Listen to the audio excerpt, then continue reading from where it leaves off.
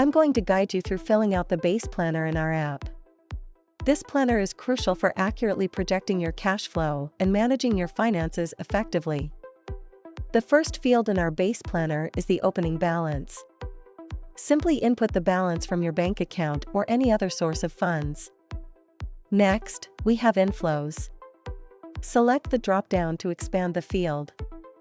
Input salary, freelance earnings, and any other money you expect to receive.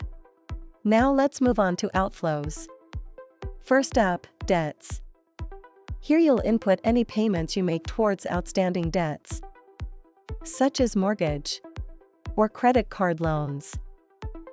Under other living expenses, you'll include day-to-day costs, like eating out, groceries, and any miscellaneous spending. If you have any regular subscriptions or membership dues, like gym memberships or streaming services, you'll list them here. Utilities come next.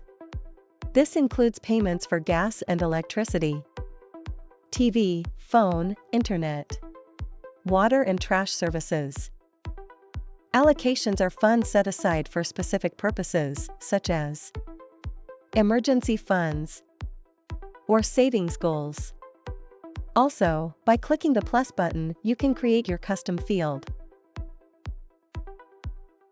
Click on the Input field to name your custom transaction in the form. Enter the amount for investments in the Form field to include it in the allocations.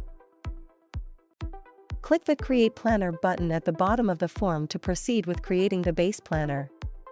With the base planner created, you can visualize your cash flow in the graph, seeing the projected cash for upcoming months. After visualizing the cash balance for upcoming months, scroll down to the cash flow table. Clicking on the plus will show the expanded transaction for that particular month, which can be edited.